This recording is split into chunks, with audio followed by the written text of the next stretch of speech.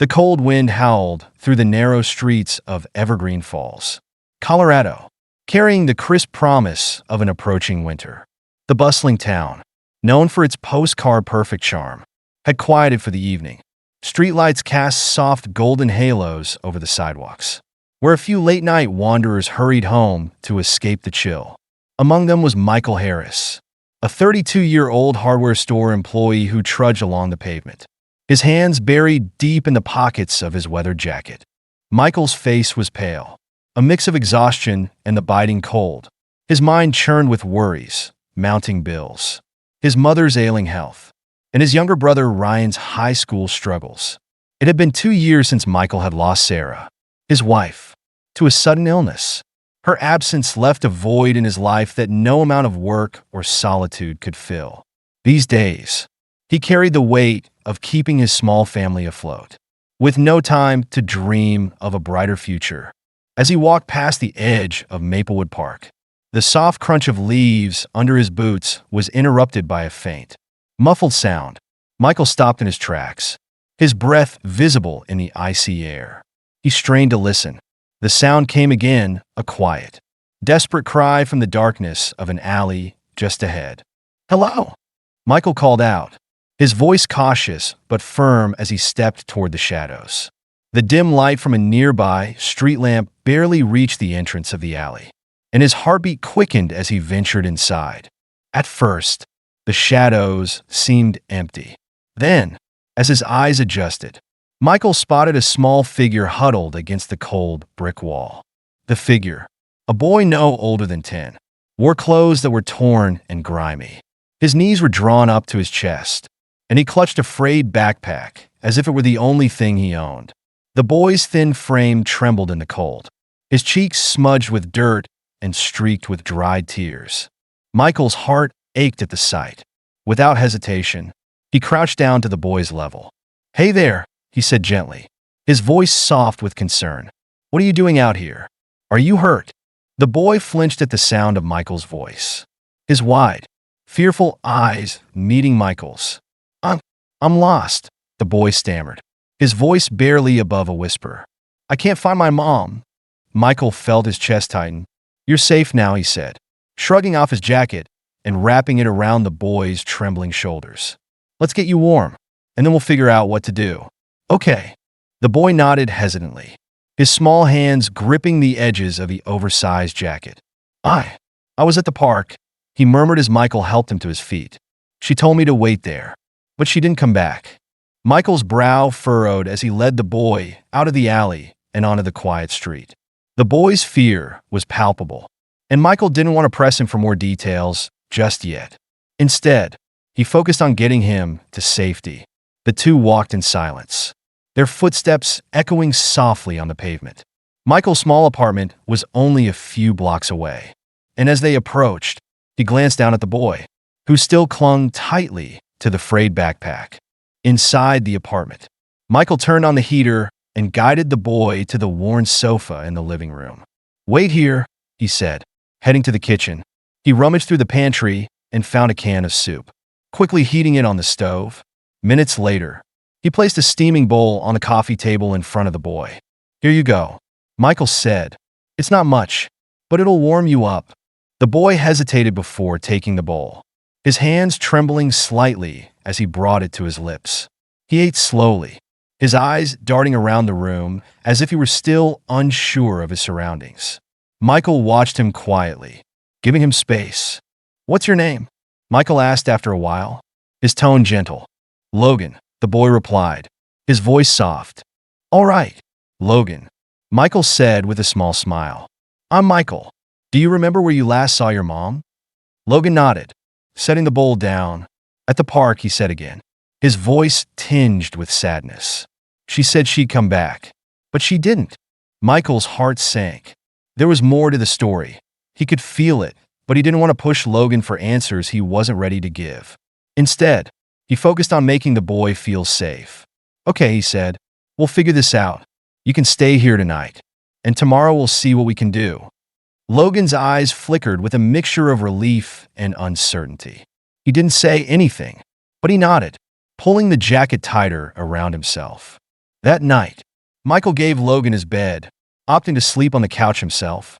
As he lay staring at the ceiling, questions swirled in his mind. Where had Logan's mother gone? Why had she left him alone in the park? The situation didn't sit right, but Michael pushed his worries aside. For now, all that mattered was that Logan was safe. The next morning, Michael woke to the sound of clattering in the kitchen. Rubbing his eyes, he got up and followed the noise, only to find Logan standing on a chair, struggling to crack an egg into a frying pan. "What are you doing?" Michael asked, a hint of amusement in his voice. Logan turned, his cheeks flushing with embarrassment. I wanted to make you breakfast," he said sheepishly. Michael chuckled, walking over to guide Logan off the chair. "Thanks, kid, but let's not burn the place down."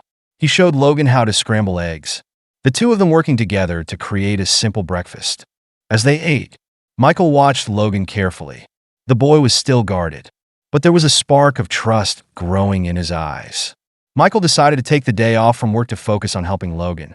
After breakfast, they sat down together, and Michael gently brought up the subject of Logan's mother again. "Do you remember anything else about where she might be?" Michael asked.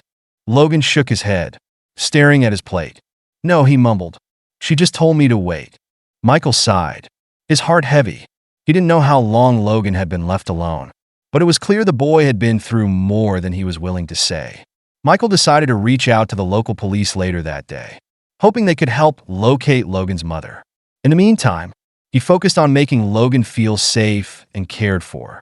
The rest of the day passed quietly. Logan seemed to relax in Michael's presence, and by the evening, he had even begun to smile. Michael found an old sketch pad and some pencils in a drawer and gave them to Logan, who eagerly began drawing.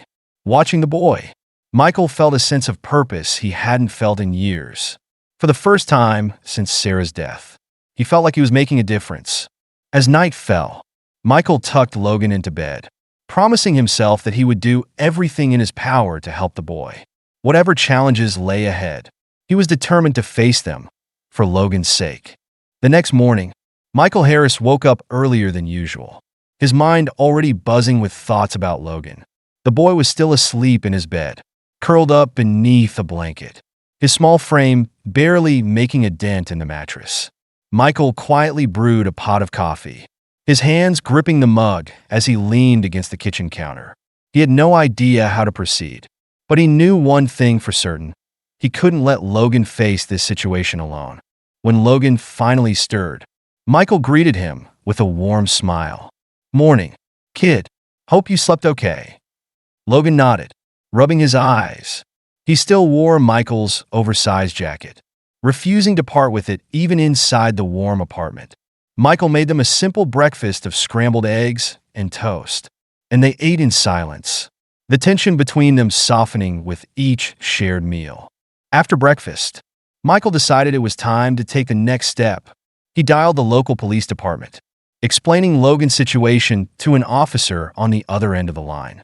The officer listened patiently, asking a few questions before promising to check local shelters and reports for any information about Logan's mother. Michael hung up the phone, feeling a mixture of hope and unease. "They're going to help," he told Logan, sitting down beside him on the couch. "The police will look for your mom and see if they can find out what happened." Logan's expression was unreadable. "What if she doesn't want me?" he asked quietly, his voice trembling. Michael's chest tightened at the question. "Hey," he said, placing a reassuring hand on Logan's shoulder. "Whatever happens, we'll figure it out together. You're not alone." "Okay." Logan nodded slowly, but the doubt in his eyes lingered. Over the next few days, Michael focused on creating a sense of normalcy for Logan. He bought the boy new clothes and stocked the apartment with snacks and art supplies. Logan's love for drawing became a daily ritual, and Michael found himself marveling at the boy's talent. His sketches were filled with vivid details, trees, animals, and scenes that seemed to reflect a world far more peaceful than the one he had been living in. Michael also took Logan to the local library, where they spent hours browsing books and talking about their favorite stories. Slowly but surely, Logan began to open up. He smiled more often, laughed at Michael's dry humor, and even started asking questions about Michael's life. What's that? Logan asked one evening, pointing to a framed photo on Michael's shelf. It was a picture of Michael and Sarah on their wedding day, both of them beaming with happiness. That's Sarah, Michael said softly. She was my wife. Logan looked up at him, his curiosity turning to concern. What happened to her? Michael hesitated, then answered honestly. She got sick. It happened fast, and there wasn't much we could do. Logan nodded, his small hands fidgeting with the hem of his shirt. I'm sorry, he said quietly. Thanks, kid, Michael replied, ruffling Logan's hair. It's been hard, but I'm glad I have people to take care of, like my brother Ryan. And now, you. Logan's cheeks flushed, but he smiled. In that moment, Michael realized just how much he had grown to care for the boy. Logan wasn't just a temporary guest in his life. He had become part of it. One afternoon, as Michael and Logan played a game of cards at the kitchen table, the phone rang. Michael answered, his heart racing when he heard the voice on the other end. Mr. Harris, the officer said, we've located Logan's mother. Michael's stomach dropped. Is she okay? He asked, glancing at Logan, who was watching him intently. She's in custody, the officer replied. We found her at a shelter. She was arrested for theft and has a history of substance abuse. Child Services has been alerted, and they'll need to take Logan into custody until further arrangements can be made. Michael's grip on the phone tightened. Custody? What does that mean for Logan?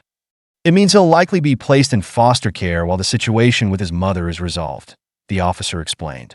I'm sorry, Mr. Harris. I know you've been looking out for him. Michael's heart sank.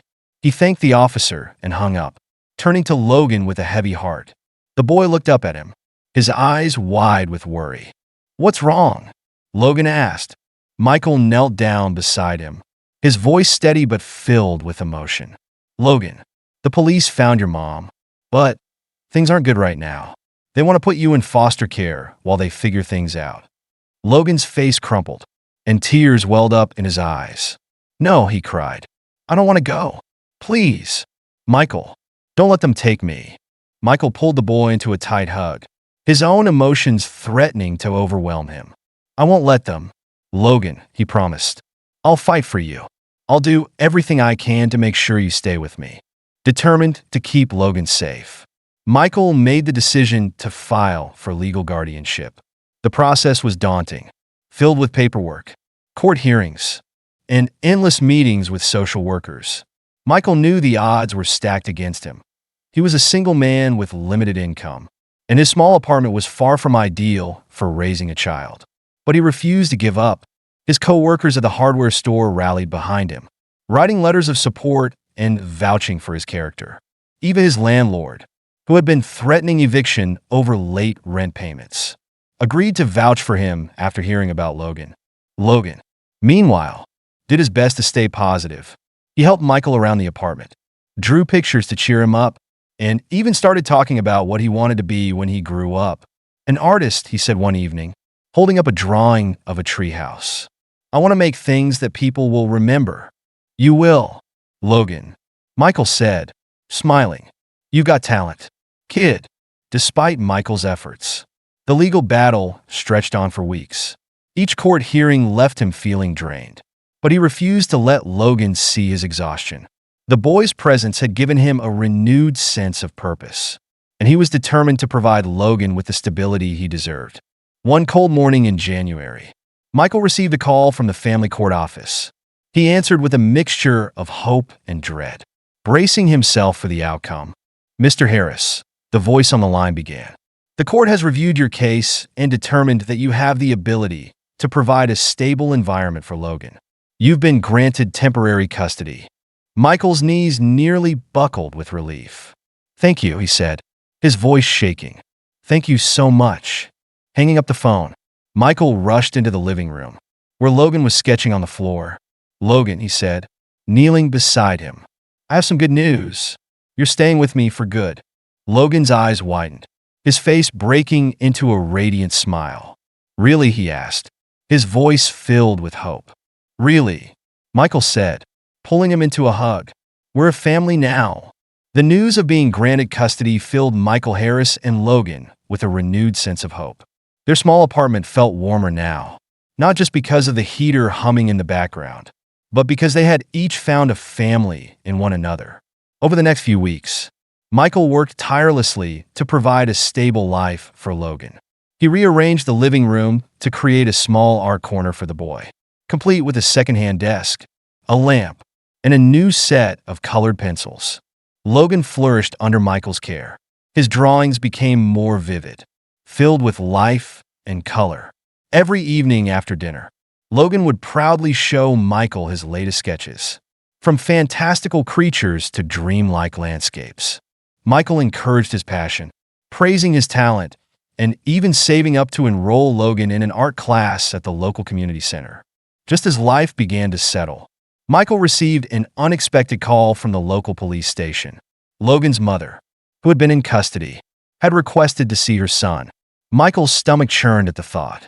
While he understood that every child deserved a connection with their parent, he couldn't ignore the fear that Logan might be hurt again. When Michael shared the news with Logan, the boy's reaction was uncertain. "Do I have to see her?" he asked softly, his eyes fixed on his drawing. "No," Michael said gently. "It's your choice. Logan, if you want to see her, I'll be there with you. But if you're not ready, that's okay too." Logan thought for a long moment before nodding. "I want to see her. Just once." Michael agreed, setting up a supervised visit at the police station. On the day of the meeting, Logan clung to Michael's hand as they entered the sterile room. His mother sat at a small table, looking disheveled but calmer than the last time Michael had seen her. Her eyes filled with tears as Logan entered, and she stood shakily.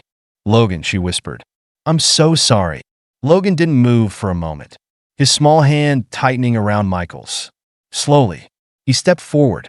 "Why did you leave me?" he asked, his voice trembling. His mother choked back a sob. I wasn't good enough to take care of you," she admitted. "I made mistakes, terrible mistakes, but I never stopped loving you. I just didn't know how to be the mom you needed." The boy's lips quivered, and tears filled his eyes. Michael watched quietly, his heart heavy for both of them. Logan didn't say anything more, but he allowed his mother to hug him briefly before stepping back to Michael's side. The meeting ended shortly after, with his mother agreeing not to contest Michael's guardianship. It was a bittersweet moment, one that left Logan emotionally drained, but also more certain of the family he had found with Michael. Life gradually returned to normal after the visit. Logan seemed more at peace, and his trust in Michael deepened. Together, they carved out a new routine, filled with small joys. Saturdays became their favorite day, reserved for trips to the park, art projects, or movie nights with popcorn and laughter. Michael, in turn, found a sense of purpose he hadn't felt since losing Sarah. Taking care of Logan filled the void that grief had left behind. His co-workers noticed a change in him, a renewed energy and optimism that hadn't been there before. Logan's art continued to blossom, thanks to the community center classes. His teacher even suggested entering one of his pieces in a local art competition. Nervous but excited, Logan worked tirelessly on a piece depicting a treehouse surrounded by a glowing forest, a symbol of the safe haven he had found with Michael. When the day of the competition arrived, Michael stood proudly by Logan's side as the judges admired his work. Though Logan didn't win first place, he received an honorable mention and a certificate, which he proudly displayed in their apartment. "That's just the beginning," Michael told him with a smile. "You're going to do great things." "Logan, I know it." Over the years, Michael and Logan's bond only grew stronger. With Michael's unwavering support, Logan thrived not only as an artist but also as a person. He excelled in school and continued to hone his craft, eventually earning a scholarship to a prestigious art program. Michael couldn't have been prouder. On the day Logan left for college, the two of them stood in the doorway of their small apartment, both fighting back tears. "You're going to do amazing things, kid," Michael said, his voice thick with emotion. "And no matter where you go, I'll always be here for you." Logan hugged him tightly. "I wouldn't be here without you. Michael, thank you for everything." Years later, Logan's artwork would hang in galleries across the country, earning him recognition as a rising star in the art world. But despite his success, Logan never forgot the man who had given him a second chance at life. He often visited Michael, bringing stories of his adventures and new sketches to share. One evening, during an art gala where Logan's work was being showcased, he stood on stage to give a speech. His voice wavered with emotion as he addressed the audience. "None of this would have been possible without my family," he said. "Michael Harris showed me what it means to be loved and supported unconditionally. He believed in me when no one else did. This is for him." Back in Evergreen Falls, Michael watched the live stream of the event, his heart swelling with pride. Logan had grown into an incredible young man, and though their journey together hadn't been easy, it had been worth every struggle. As the years went by, Michael and Logan remained close, their bond unshaken by time or distance.